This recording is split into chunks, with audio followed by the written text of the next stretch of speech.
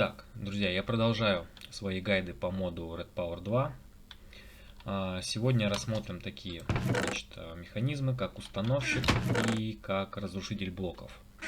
Вот. На самом деле, чаще всего на серверах они запрещены, чтобы там ни дюпов, ничего такого плохого не делать.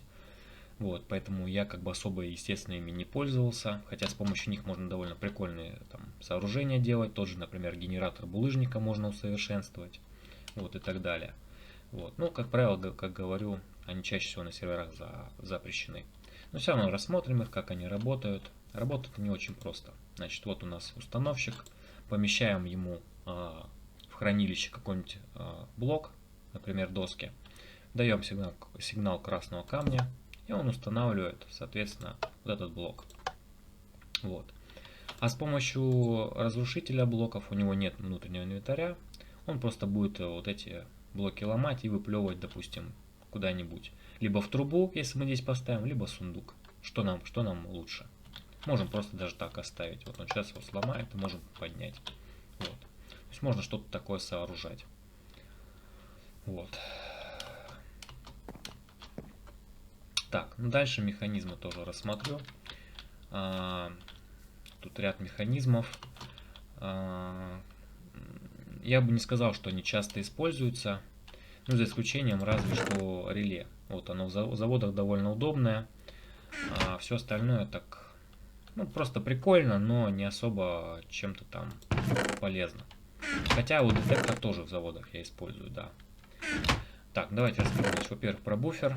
Буфером я практически никогда не пользовался. По сути, это как какой-то аналог сундука, что ли. То есть туда можно просто передавать на хранение ресурсы. Вот. Ничего сверхполезного он не приносит. А вот детектор предметов это уже более полезная штука. Я часто пользовался им как для строительства заводов, так и для некоторых механизмов. Ну, например, для того, чтобы делать автоматический вход в какую-нибудь комнату, например, в качалку, там на пчелах я допустим, делал платный вход, люди что-нибудь кидали, какой-нибудь предмет, например, там алмаз, да, с помощью детектора предмета у нас давался красный сигнал и дверь открывалась. Значит, я сейчас покажу его логику. Он работает в разных режимах. Один из режимов это просто давать сигнал красного камня тогда, когда через него проходит какой-нибудь заданный ресурс. Вот я говорю ему, давай-ка красный мне сигнал, если будут через тебя проходить доски. То есть, если мы будем кидать, например, туда, скажем, алмазы или что-то прочее, он никак на это не среагирует. Но если через него пойдет дубовая доска, соответственно, он даст красный сигнал. Давайте это проверим. Вот у нас доски есть. С помощью транспортера я сейчас их передам. Хоп, видели, да? Красный сигнал пошел. Еще раз. Он красный сигнал дал. Если же мы что-то другое попробуем, например, уголь передать, он, по идее, никакого сигнала не сообщил. Значит, где это может быть полезно? Опять же говорю, в той же, например, качалке, да, чтобы сделать вход платным. То есть человек кидает, например, алмаз, да, у нас здесь алмаз настроен, дверь открывается.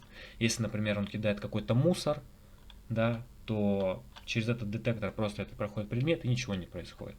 Вуаля! Замечательно.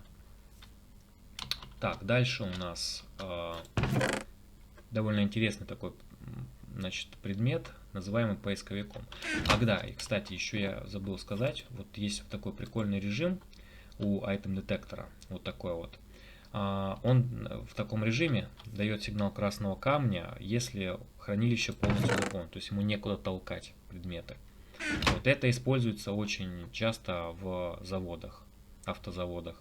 Можете в других моих видео посмотреть, как из этого блока как соорудить, соответственно, завод. Так, к следующему, механизму перейдем. Поисковик. Поисковик, он, соответственно, по сигналу красного камня вытягивает из сундуков заданный предмет. Вот. Ну, у него там разные режимы, но основной вот этот, самый интересный. То есть, если мы говорим ему, давай-ка вытаскивай дубовые доски, то по сигналу красного камня он это сделает. Прямо из сундука, то есть без каких-то промежуточных механизмов. Единственный нюанс, он требует подпитки электричеством. Вот, то есть мы должны его подпитывать. Ну, расход там небольшой, ничего такого. То есть можем либо, соответственно, вот так вот импульсом передавать сигнал, либо можем, например, таймер поставить. Вот так вот. Тоже довольно прикольная вещь. Еще штука такая есть, как воспламенитель. Часто он тоже запрещен на серверах. Он просто поджигает блок рядом с собой. Ну, не знаю, где это особо может быть полезно. Может, какой-то портал, например, запускать. Ну, к примеру. Вот. Так, ну, наконец, реле. Реле тоже достаточно полезная штука. Но это тоже в каком-то смысле буфер. Но его крайне удобно использовать как переходник между трубами из одного мода и из другого мода. То есть, если мы что-то в него помещаем, в это реле, оно просто выталкивает этот ресурс. Вот. То есть, его фишка в том, что он выталкивает любой ресурс, который в него попадает. То есть, мы можем там, допустим, из белкратовских труб передавать ресурс туда, и он будет выталкивать уже в свои трубы, Red Power's или какой-нибудь сундук, например, куда мы хотим.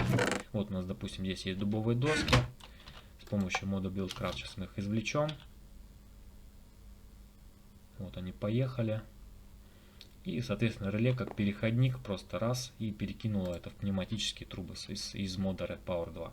Супер.